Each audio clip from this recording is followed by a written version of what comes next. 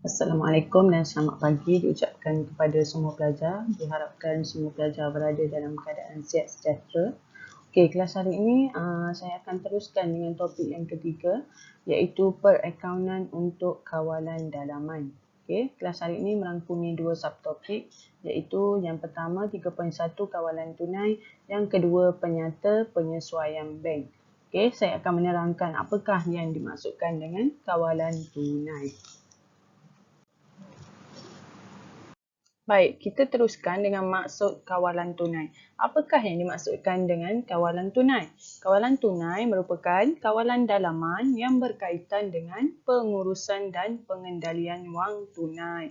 Kawalan tunai membolehkan peniaga menguruskan dan mengawal tunai perniagaan, menyelia pengaliran keluar masuk tunai dan menyemak ketepatan perekodan di buku tunai dan penyata bank. Okey, apa tujuan kita nak kawal tunai ni? Yang pertama, kita nak kurangkan risiko penyelewengan dan kecurian tunai. Okey, bila kita buat kawalan tunai, kita rekod keluar masuk tunai kita di dalam perniagaan pada setiap hari.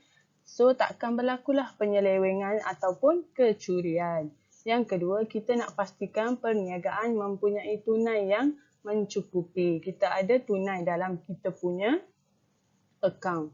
Yang ketiga, kita nak pastikan penggunaan tunai yang optimum untuk tujuan produktif. Okey, so maksudnya tunai kita ni digunakan secara optimum, tidak berlebihan dan tidak kekurangan. Okey, salah satu cara untuk optimumkan penggunaan tunai ni adalah dengan melabur dalam simpanan tetap. Melalui pelaburan tu kita akan dapat dividen. Okey, so tu adalah maksud kawalan tunai.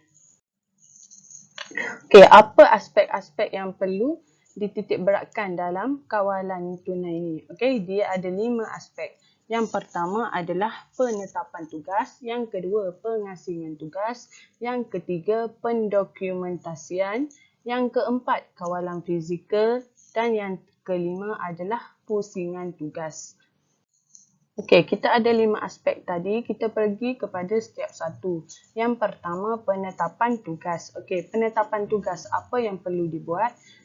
Di bahagian penerimaan tunai, hanya juruwang yang menerima tunai. Di pembayaran tunai, hanya individu yang sah layak menandatangani cek. Okey, so maksudnya kalau bila kita dapat penerimaan tunai tu hanya juruwang je, tak ada orang lain yang dapat duit tu. So takkan berlakulah kehilangan atau kecurian duit. Sama juga bila kita nak bayar tunai. Hanya individu yang layak saja yang boleh tanda tangan cek. Bukan semua orang boleh tanda tangan kita punya cek perniagaan. Okey. Okey, yang kedua pengasingan tugas. Okey, apa yang perlu dibuat di penerimaan tunai dia individu yang berbeza menerima, merekod dan memegang tunai. Di bahagian pembayaran, individu yang berlainan meluluskan dan membuat pembayaran. Okey, maksudnya bila kita terima tunai, orang lain yang terima, orang lain yang rekod dan orang lain yang pegang tunai tu. 3 orang yang berbeza. Kenapa? Sebab kalau dia terima, dia rekod, dia pegang, boleh berlaku kehilangan wang lah. Sebab dia seorang je tahu bila dia terima duit tu. So kalau dia ambil duit tu pun tak ada orang lain yang tahu. Tapi bila individu yang berbeza, yang terima, yang rekod pun orang lain, yang pegang orang lain. So sekarang ni melibatkan 3 orang. So 3 orang tahu penerimaan tunai tu. Okay, jadi takkan berlaku kecurian tunai. Okay. Sama juga dengan pembayaran. Okay, individu yang berlainan meluluskan dan membuat pembayaran. Orang lain yang luluskan dan orang lain yang buat pembayaran. So bila melibatkan ramai orang, dia tak akan berlaku penyelewengan lah. Okey. Okey, yang ketiga pendokumentasian. Di penerimaan tunai kita perlu ada bukti dokumen penerimaan wang. Bila kita terima duit, kita ada bukti lah, resit dan sebagainya. Okey. Sama juga di pembayaran, perlu ada bukti dokumen pembayaran wang. Kita bayar dekat kita punya akaun belum bayar. So ada cek. Okey, kena ada bukti kedua-duanya. Okey. Yang keempat, kawalan fizikal. Okey, macam mana kawalan fizikal di penerimaan tunai? Simpan tunai di dalam peti besi atau di bank. Di bahagian pembayaran tunai, cek kosong perlu disimpan di tempat yang selamat. Okey, maksudnya apa-apa tunai di perniagaan kita tu kita simpan dalam tempat yang selamat. Contoh dia di peti besi. Kalau duit tu banyak sangat untuk hari tersebut, dapat penerimaan tunai yang banyak, lebih daripada 5,000, kita pergi simpan di bank. Okay, tu maksud dia kawalan fizikal. Sama juga pembayaran tunai. Kita ada cek kosong kan. Cek tu bila kita sign baru kita boleh keluarkan duit. Okay. Tapi cek kosong tu pun perlu disimpan di tempat yang selamat. Okay. Takut orang yang tak berkenaan ambil cek tu guna untuk benda yang tidak perlu. Okay. Sama juga. Okay. Yang seterusnya ialah pusingan tugas. Okay. Di penerimaan tunai, kita tukar ganti kaki tangan yang menerima tunai, merekod tunai dan memegang tunai. Di bahagian pembayaran, kita tukar ganti kaki tangan yang membuat bayaran dan merekod bayaran. Maksudnya orang tu kalau dia terima tunai, tak adalah kerja dia setahun tu terima tunai je. Tak, tapi dia bertukar-tukar, dia pusing. Terima minggu ni dia terima tunai, minggu depan dia rekod, minggu seterusnya dia pegang. Okay, so maksudnya melibatkan orang yang berlainan. So dia tak boleh buat penyelewengan lah bila dia ada pusingan tugas. Okay, sama juga dengan pembayaran. Kita tukar-tukar kaki tangan yang buat bayaran, yang rekod bayaran. Okay, dia boleh juga minggu ni dia duduk bahagian pembayaran. Minggu depan dia duduk bahagian penerimaan. Okay, bila kita ada aspek kawalan ni dalam kita punya perniagaan, so kita boleh kawal perniagaan kita daripada berlaku penyelewengan. Okay. Okay, kaedah kawalan tunai. Okay, apakah kaedah yang digunakan dalam kita mengawal tunai ni? Okay, untuk bab ni kita akan belajar dua. Yang pertama, penyata penyesuaian bank. Yang kedua, belanjawan tunai. Untuk kelas kali ni, saya akan fokuskan penyata penyesuaian bank. Okay. Okay, di penyata penyesuaian bank, hanya melibatkan pengaliran dan perekodan wang masuk dan wang keluar di bank sahaja. Okey, kita nak tahu aliran tunai kita di bank, berapa masuk, berapa keluar untuk bulan semasa. Sebab tu kita nak sediakan penyata penyesuaian bank ni. Okey, apakah fungsi penyata bank? Yang pertama, kita nak tahu baki akhir akaun bank. Yang kedua, kita nak tahu jumlah yang dibayar dan yang diterima. Yang ketiga, kita nak semak dan kita nak bandingkan catatan di buku tunai dengan catatan di penyata bank. Okay. Pemegang akaun semasa, kita dapat guna cek untuk urusan pembayaran. Jadi, bila pada hujung akhir tempoh bulanan, pihak bank akan keluarkan penyata bank untuk tunjuk ringkasan urus niaga yang dilakukan oleh peniaga setiap bulan. Okey, kat situ kita nak semak sama tak baki di buku tunai dengan baki di penyata bank yang diberi oleh bank. Okey, baki buku tunai dan baki penyata bank akan sama jika semua penerimaan dan pembayaran telah direkod dalam buku tunai oleh peniaga dan dalam penyata bank oleh pihak bank. Sepatutnya baki di buku tunai dan baki di penyata bank perlu sama. Bila berbeza, itulah sebabnya kita kena buat penyata penyesuaian bank. Sebab baki akhir penyata bank dan baki akhir buku tunai tak sama. Jadi kita kena buat pelarasan, nak tengok kat mana yang kita tercicir. Macam mana boleh jadi baki di buku tunai dan baki penyata bank kita berbeza. Okey, itulah yang kita nak belajar pada hari ini. Okey. Tengok buku tunai ruangan bank lah kan, sebab ni melibatkan duit kita kat bank.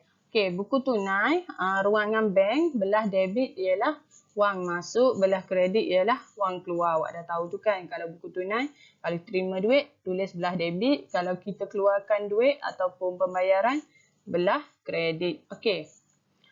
Buku tunai ni siapa yang sediakan? Perniagaan yang sediakan. Okey, buku tunai ni dekat kita punya perniagaan. Okey, yang kedua, penyata bank. Okey, penyata bank ni dia terbalik dengan buku tunai. Okey, penyata bank belah debit ialah wang keluar, belah kredit ialah wang masuk.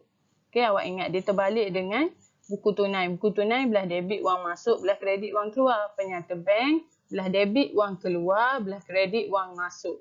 Di kita punya bank. Okey, disediakan oleh pihak bank lah penyata bank ni. Okey. Okey, kita tengok contoh. Ini contoh buku tunai dan contoh penyata bank bagi sesuatu perniagaan. Okey. Okey, kita tengok yang pertama, baki pada 1 Januari, baki BB 3,500. Okey, kita tengok sama baki di buku tunai dan baki di penyata bank. Okey, seterusnya urus niaga pada 8 hari bulan Januari, belah debit di buku tunai, ditulis jualan 1,200 dan di penyata bank kita dapat deposit 8 hari bulan 1,200 belah kredit. Okey, itulah maksud dia. Setiap urus niaga tu di buku tunai ada, di penyata bank perlu ada. Okey, so kita catat di kedua-dua dokumen. Okey, so kalau dekat buku tunai debit, dekat penyata bank kredit lah sebab tadi kan berlawanan kan. Okey, so dekat penyata bank dia tulis deposit. Okey, seterusnya sewa pada 2 hari bulan. Okey, ada nombor cek kat situ, bank 260. Okey, tarikh ni tak semestinya sama. Sebab apa? Kadang dekat buku tunai kita terima hari ni 2 hari bulan. Tapi cek tu kita pergi bagi dekat bank lambat sikit kan. So bank terima lambat sikit sebab tu tarikh dia jadi 5 hari bulan. Okey. So dia dah cashkan cek tu pada 5 hari bulan 260. Apa lagi? Okey, apa lagi yang perlu tengok? Baki akhir. Jadi kita dah cek semua baki akhir di buku tunai ialah 4,000 dan baki akhir di penyata bank ialah 4,000 sama. Okey. So sepatutnya macam ni lah, baki di buku tunai perlu sama, baki akhir di buku tunai perlu sama dengan baki akhir di penyata bank. Bila tak sama, masa itulah awak kena sediakan penyata penyesuaian bank. Okey, kenapa boleh jadi perbezaan baki akaun bank di buku tunai dengan baki di penyata bank? Macam mana boleh berbeza? Dia ada 3 keadaan. Yang pertama, butiran yang dicatat di buku tunai tapi tak catat di penyata bank. Okey, kita catat dah dekat buku tunai tapi bank tak catat. Okey, tu boleh jadi sebab kenapa baki akaun bank di buku tunai berbeza dengan baki akaun bank kita di penyata bank. Okey, kita catat dalam buku tunai tapi dalam penyata bank kita tak catat. Okey, yang kedua, butiran yang dicatat di penyata bank tetapi tidak dicatat di buku tunai. Okey, dekat buku tunai tak catat, di penyata bank, bank dah catat. Okey, tu yang kedua kenapa perbezaan baki akaun bank di buku tunai boleh berbeza dengan di penyata bank. Dan yang ketiga, kesilapan catatan di buku tunai. Okey. Okey, kita tengok yang pertama. Butiran yang dicatat di buku tunai tetapi tidak dicatat di penyata bank. Okey, apakah yang dimaksudkan dengan keadaan tersebut? Okey, kita tengok nilai tu dicatat di buku tunai tapi dekat penyata bank nilai tu tak ada. Okey, kenapa jadi macam tu?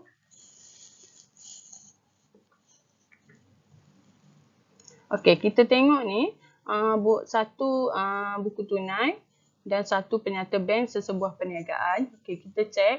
Januari 1 baki BB dia 8,000. Okey, sama. Yang kedua, bahagian kredit buku tunai tu ada belian.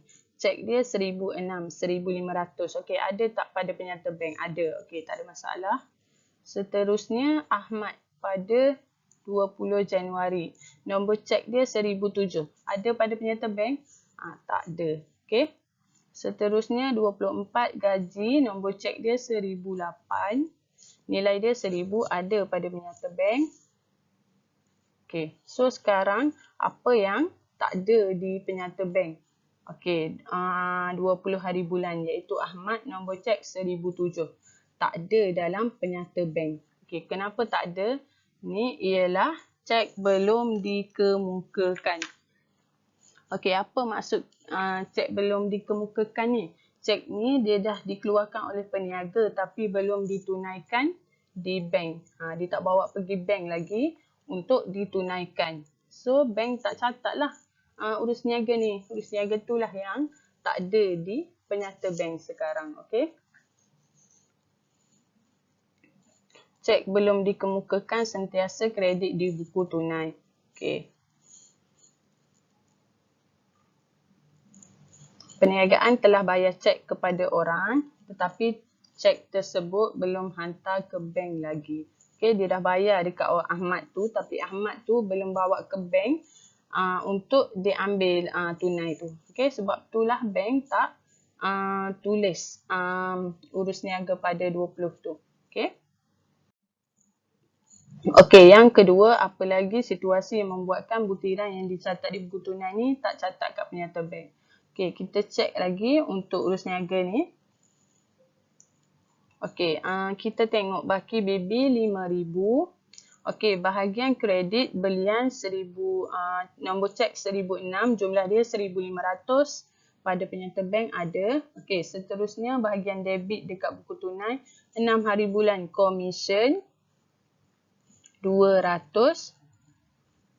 Okey, ada pada penyata bank dia tulis deposit tu kredit 200. Okey, seterusnya trading 23 hari bulan.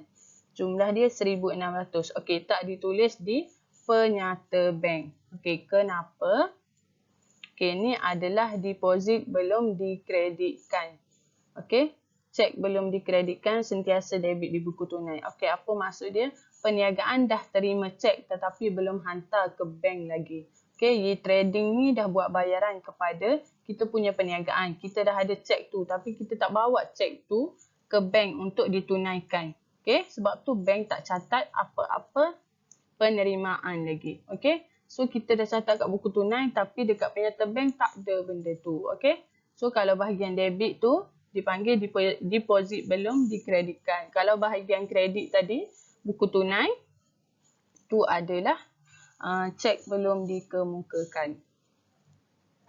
Okey, untuk yang kedua, butiran yang dicatat di penyata bank tetapi tidak dicatat di buku tunai, dia adalah penerimaan oleh pihak bank bagi pihak perniagaan. Ada 3 iaitu pindahan kredit, dividen dan faedah atas simpanan. Okey. Maklumat ni bank dah catat terlebih dahulu sebab bank yang terima 3 dokumen ni. Okey, di pihak perniagaan kita tak dapat makluman tu sebab itulah di buku tunai tak ada catatan untuk 3 dokumen berkenaan. Okey, awak boleh tengok ni contoh dia. Okey, buku tunai pada Januari 1 8,000. Okey, pada Januari 4 belian nombor cek ada 1,000, nombor cek 1,006, jumlah dia 1,500. Okey, ada.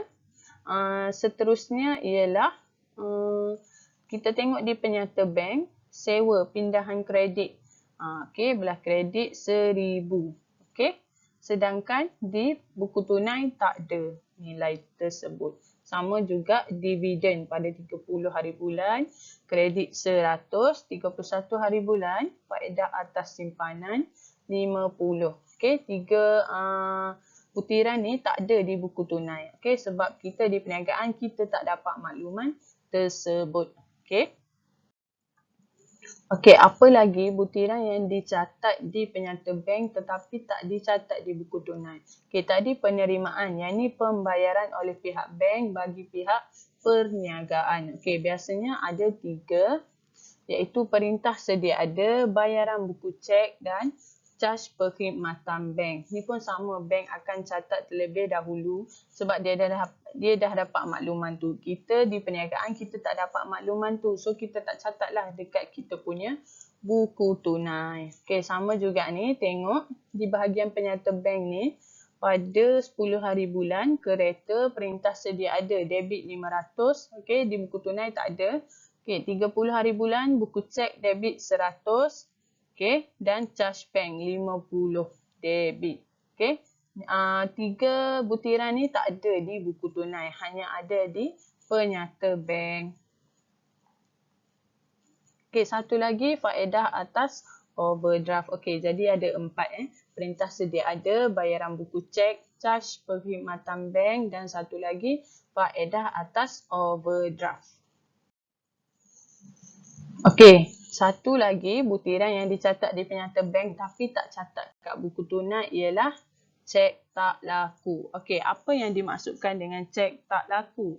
Cek yang dipositkan oleh pelanggan dipulangkan semula oleh pihak bank atas sebab-sebab tertentu. Pihak bank akan mendebitkan amaun cek tersebut di penyata bank, tetapi tiada catatan dibuat di buku tunai sehingga peniaga mendapat notis dari pihak bank berkenaan cek tak laku tersebut. Kesannya, baki penyata bank akan terkurang nilai berbanding baki di buku tunai. Okey. Untuk contoh yang ni, maklumat tambahan dah diberitahu cek yang diterima pada 9 Januari. Okay, iaitu kita tengok di buku tunai all trading 800 dipulangkan oleh pihak bank kerana tidak laku. Okay, so ni kita hanya pihak bank je yang tahu yang cek ni tak laku. Tapi kita di buku tunai kita tak tahu cek ni dah ditendang. Tak laku. Okay, kita dah rekod debit. Duit tu dah masuk. Tapi dekat bank dia dah debitkan duit tersebut, dah tolak dah sebab cek tu tak laku. Okey, kita di buku tunai sepatutnya kita kreditkanlah di buku tunai sebab cek tu tak laku, tapi kita tak rekod maklumat tersebut. Okey, cek tak laku yang diterima oleh perniagaan tapi ditolak oleh bank. Okey, untuk yang ketiga ialah kesilapan catatan di buku tunai. Okey, dia biasanya adalah kesilapan amount. Kita salah catat amount. Okey, kesilapan boleh berlaku di sebelah debit atau kredit di buku tunai. Okey, contoh soalan ni, maklumat tambahan bagi tahu cek bernombor 1006 tersalah catat di buku tunai. Okey, kita tengok cek 1006. Okey, jumlah 1005 sedangkan di penyata bank jumlah kita adalah 1,500. So, berapa perbezaan nilai tu? RM495. Okey, perbezaan nilai tu awak kena tolak sekali lagi dekat buku tunai. Ruangan kredit lah, belah kredit. Lagi RM495. Sebab kita nak cukupkan macam dalam penyata bank 1,500. Okey. Okey, info tambahan, sekiranya terdapat perbezaan amount antara buku tunai dengan penyata bank, amount yang betul ialah amount di penyata bank. Okey, awak tengok beza kan? Nilai buku tunai 1,005, nilai di penyata bank 1,500. Nak ambil nilai yang mana? Okey, dia ada dua. Yang pertama, awak guna amount di penyata bank. Okey, boleh juga awak guna amount yang lebih besar. Okey, contoh samalah yang ni. 1,005 dengan 1,500. Okey, guna 1,500. Okey, tu cara dia nak betulkan kesilapan kalau kesilapan amount di buku tunai lah biasanya. Okey. Okey, jadi kita boleh rumuskan sebab berlaku perbezaan baki akaun bank di buku tunai dengan baki di penyata bank ni ada 3. Yang pertama, butiran yang dicatat di buku tunai tetapi belum dicatat di penyata bank ada 2. Cek belum dikemukakan dengan deposit belum dikreditkan. Yang kedua, butiran yang dicatat di penyata bank tetapi belum catat di buku tunai ada 3. Pembayaran bank bagi pihak pelanggan iaitu bayaran buku cek, perintah sedia ada, caj perkhidmatan bank dan juga faedah atas overdraft. Okey. Penerimaan bank bagi pihak pelanggan iaitu faedah atas simpanan, pindahan kredit dan juga dividen. Okey, dan yang ketiga adalah cek tak laku ataupun cek tak layan. Dan yang ketiga, kesilapan catatan di buku tunai. Okey, sekarang kita tengok contoh. Ni perniagaan Geliga Berhad. Okey, ada buku tunai dan penyata bank. Okey, kita tengok baki pada 1 Mei 7350. Okey, sedangkan di penyata bank baki awal kita ialah 8150. Okey, sepatutnya baki awal pada 1 Mei tu perlu sama. Okey, maksudnya ada berlaku kesilapan juga dekat sini. Okey, berapa beza? 800. Okey, maksud dia apa? Terdapat butiran yang belum dicatat dalam buku tunai ataupun dalam penyata bank pada bulan yang sudah. Okey. cek bulan ini bermula dengan nombor 1083. Okey, nombor cek ni dia akan berterutan. So, kita tengok pada Mei 2, 1083 nombor cek. Okey, maksudnya di sepanjang bawah dia nanti, nombor cek tu perlu 1084, 1085 lah. Okey. Okey, so sekarang ni macam mana kita nak tengok? Okey, kita tengok pada 12 hari bulan di penyata bank. Ada nombor cek 1082. Tadi kita dah cek, maksudnya untuk perniagaan geliga ni, nombor cek bagi bulan Mei ni bermula dengan 1083. Tapi dekat penyata bank ada nombor cek 1082. Maksudnya cek pada bulan sebelum, iaitu pada bulan April. Tapi dia ditulis ataupun dicatat pada bulan Mei. Okey. So, itulah yang menyebabkan perbezaan baki awal bagi perniagaan tersebut. Okey, cek ini telah dicatat dalam buku tunai. Dalam buku tunai dah catat pada sebelum tarikh tersebut. Tapi dekat penyata bank dia baru tulis. Itulah sebab nilai baki awal untuk penyata bank berbeza dengan buku tunai. Okey, kaedah penyediaan penyata penyesuaian bank ni ada dua. Yang pertama, kita kena kemaskini buku tunai, iaitu kita mula dengan baki di buku tunai terselaras. Satu lagi ialah kaedah tanpa kemaskini buku tunai. Ada dua, bermula dengan baki di buku tunai dan bermula dengan baki di penyata bank. Okey, untuk hari ini saya akan teruskan dengan kaedah satu. Kaedah dua saya akan jelaskan pada kelas akan datang. Okey, so kaedah satu, kita kemaskini buku tunai. Kita akan mula dengan baki di buku tunai terselaras. Okey, kita tengok contoh perniagaan Mutiara Berhad. Okey, buku tunai perniagaan Mutiara menunjukkan baki yang berbeza dengan penyata bank pada 31 Mei. Berikut ialah buku tunai dan penyata bank pada tarikh tersebut. Okey. Adalah tu butiran semua debit kredit. Okey, ini adalah penyata bank bagi perniagaan Mutiara. Okey, maklumat tambahan.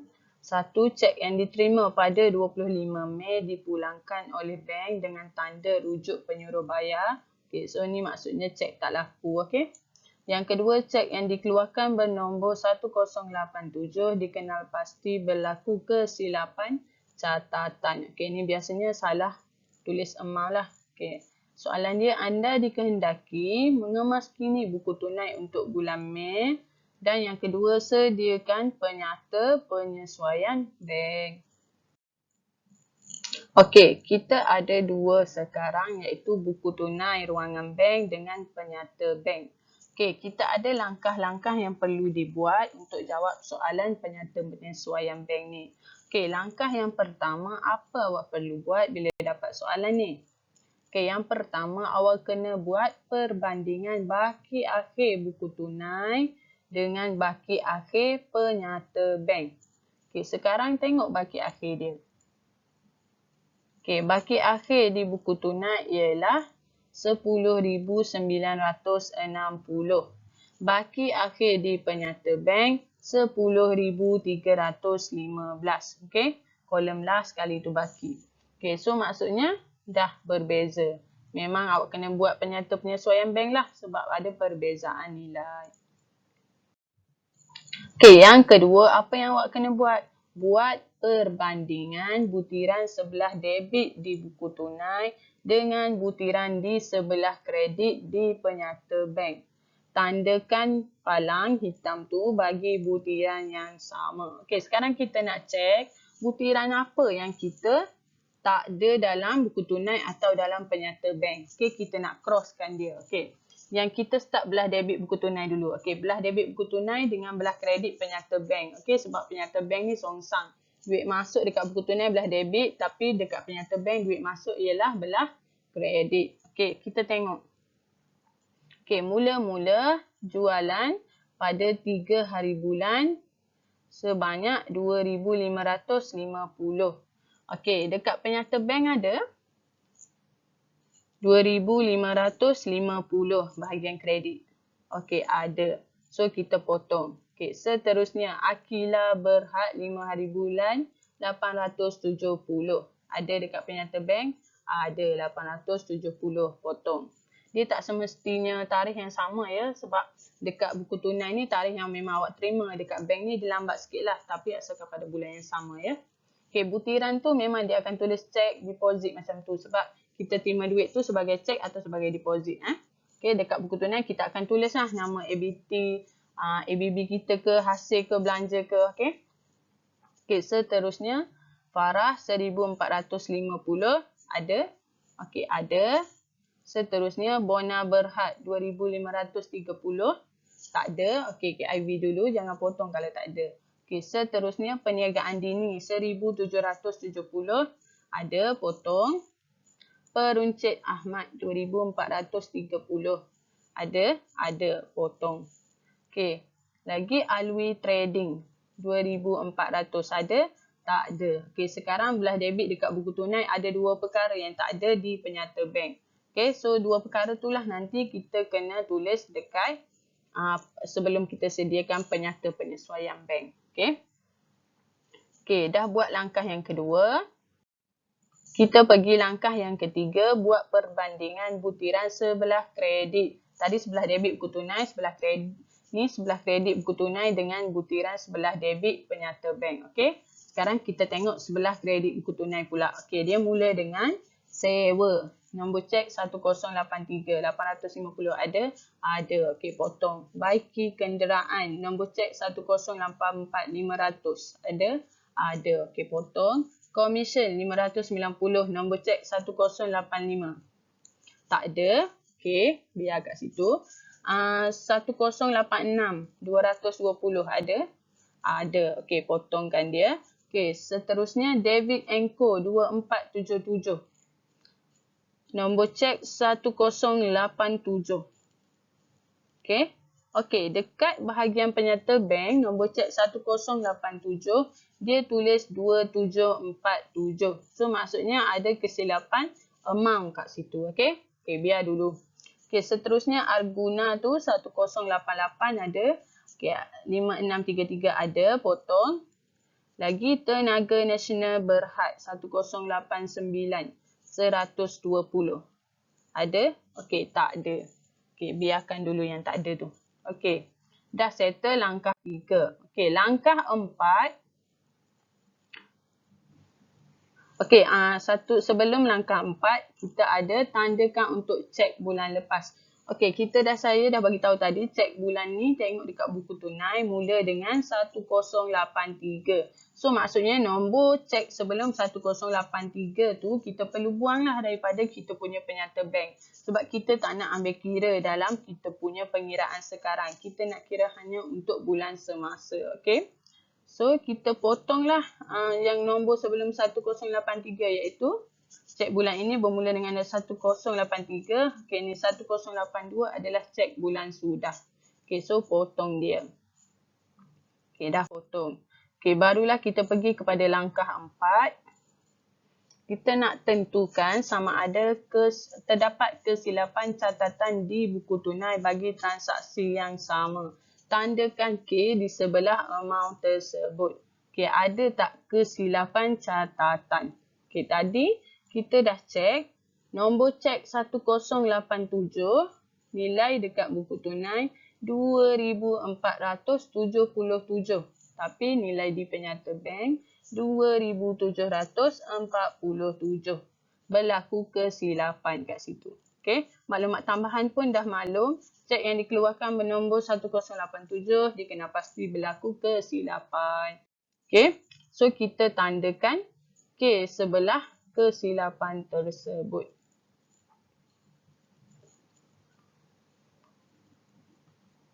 Okey, David & Co tu. Okey, so warna kuning tu adalah berlaku kesilapan. Berapa perbezaan amount tu?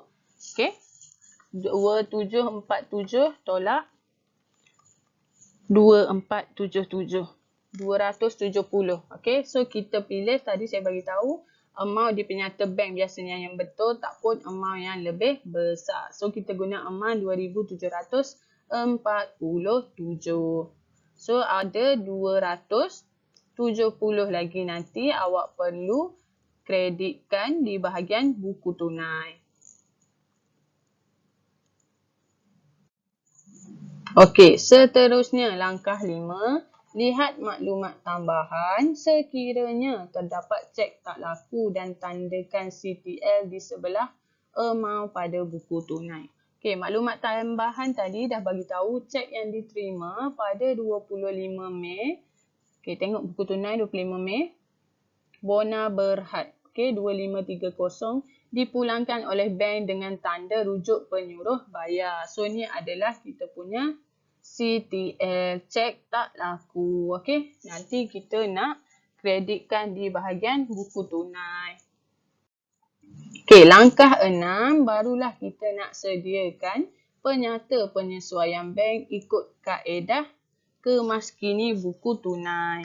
Okey. Okey, apa yang perlu buat? Yang pertama, awak kena sediakan dulu buku tunai terselaras. Kita nak selaraskan dulu maklumat-maklumat tu, nak cari baki buku tunai yang baru. Sebab tadi ada perbezaan kan baki buku tunai dengan baki bank. Kita nak samakan baki tu dulu, okey? Jadi apa perlu kita buat? Buka buku tunai. Okey, tulis 2020, tulis tarikh akhir iaitu Mei 31, baki BB. Ambil 10,960. Ambil baki akhir dekat buku tunai pada soalan tadi. Okey, tulis belah debit 1,960. Okey, seterusnya ambil butiran di penyata bank belah kredit. Okey, yang mana yang tak tulis lagi tadi? Kita dah potong. Kita tengok ruangan kredit ya dekat penyata bank. Sebab ni buku tunai belah debit kan. So, penyata bank belah kredit. Okey, apa yang kita belum tulis? Kita tengok dividen 1560. So, tulis dekat buku tunai dividen 1560. Lagi apa? Okey, syarikat Koh tu pindahan kredit. Okey, 2,300 boleh tulis. Okey, ada lagi? Okey, so tu sahaja untuk bahagian debit. Okey, bahagian kredit. Tengok bahagian debit penyata bank, apa yang belum dicatat. Okey, buku cek RM15. Okey, tulis buku cek RM15. Okey, tadi kita dah sampai buku cek RM15. Okey, seterusnya. Okey, kita ada dua maklumat tambahan tadi. Yang pertama, cek tak laku. Yang kedua, kesilapan catatan. Okey, kita tengok cek tak laku kita bahagian buku tunai tadi belah debit iaitu Bona Berhad 2530. So, kita kena kreditkan dia semulalah dekat buku tunai. Okey, sebab kita tak dapat pun amount di cek tu. Cek tu tak laku, tak layan, dah ditendang. Okey, kita kena kreditkan balik. So, tulis Bona Berhad, nilai yang sama 2530. Okey, satu lagi ialah amount yang tersalah catat tadi dekat buku tunai. Okey, sepatutnya 2747 tapi dekat buku tunai tadi berapa? 2477. So, ada lagi 270 yang perlu dikreditkan. Okey, so buat debit and co 270. Okey, ada lagi maklumat di penyata bank yang perlu ditulis? Dah tak ada. Okey, so tu saja. Jadi, imbangkan belah debit 14,820 dapat. So, belah kredit amount yang sama. Dan tulislah baki HB. Dapatlah baki HB RM12,005. Okey, selepas diimbangkan. Jadi, dapatlah baki buku tunai kita yang baru iaitu RM12,005. Okey, ni kita panggil baki buku tunai yang telah dikemaskini. Okey. Okey, dah siap kita punya buku tunai. Kita dapatlah baki buku tunai yang dah dikemaskini dapat RM12,005. Barulah kita boleh sediakan penyata penyesuaian bank. Tulis perniagaan Mutiara Berhad, penyata penyesuaian bank pada 31 Mei tadilah. Okey, kita start dengan baki debit buku tunai iaitu yang dah dikira tadi iaitu RM12,005. Okey, nak tambah apa? Tambah bahagian buku tunai, bahagian kredit. Apa lagi butiran yang kita belum catat tadi? Yang belum potong. Okey, ada butiran yang belum potong tu, butiran tu ya yang perlu ditambah dekat penyata penyesuaian bank. Okey, bahagian kredit. Okey, iaitu cek belum dikemukakan. Ada berapa? Ada berapa yang tak potong lagi tu? Okey, satu komisen iaitu 590. Satu lagi ialah tenaga nasional berhad 120. Okey, jumlahkan dapat 710. So, tambahlah dengan debit baki buku tunai tadi. Okey, dapat jumlah 12,715. Okey, tolak. Apa yang perlu ditolak? Ditolak ialah deposit belum dikreditkan. Okey, tengok pada bahagian debit buku tunai, mana yang belum potong lagi. Okey, semua dah. Okey, bawah sekali iaitu Alwi Trading. Okey, tulis Alwi Trading, nilai dia ialah 2,400. Okey, so kiralah yang tadi dah baki debit buku tunai RM12,005 dah tambah tadi dengan 710 dapat 12,715, tolak dengan Alwi Trading 2,400 dapatlah 10,315. Okey, ni adalah baki kredit di penyata bank. Okey. So, kenapa baki kredit? Sebab buku tunai debit, kredit penyata bank. So, kita tulis baki kredit penyata bank 10,315. Okey. So, tu adalah kaedah menyediakan penyata penyesuaian bank menggunakan kaedah 1 dengan kemaskini buku tunai. Kemaskini buku tunai dah dapat baki buku tunai terselaras, barulah awak sediakan penyata penyesuaian bank. Okey. So, saya harap awak dapat buatlah seperti yang saya dah jelaskan ni. Okey. So, inilah buku tunai daripada soalan, penyata bank daripada soalan tadi. Kita sediakan buku tunai terselaras, buat baki baru dapat RM12,005. Baki tu yang kita guna untuk sediakan penyata penyesuaian bank. Okey, dah dapat tu, dapatlah baki kredit penyata bank 10,315. Okey. Okey, perasan tak dekat penyata penyesuaian bank ni, baki yang kita dapat tu 10,315 sama tak macam yang dalam soalan tadi. Okey, penyata bank baki akhir tu 10,315. Okey, dah sama. Barulah sama kita punya baki penyata bank. Okey, itulah tujuan kita sediakan penyata penyesuaian bank ni. Okey. Okey, so tu saja untuk kelas hari ini. Saya harap awak dapat fahamlah kaedah menyediakan penyata penyesuaian bank menggunakan kemaskini buku tunai. Okey, ini kaedah 1. Apa-apa soalan boleh tanya saya atau Cikgu Rosimah di grup Telegram ataupun Google Classroom masing-masing. Latihan akan diberi di Google Classroom. Terima kasih atas perhatian semua untuk kelas hari ini. Jumpa lagi pada kelas akan datang.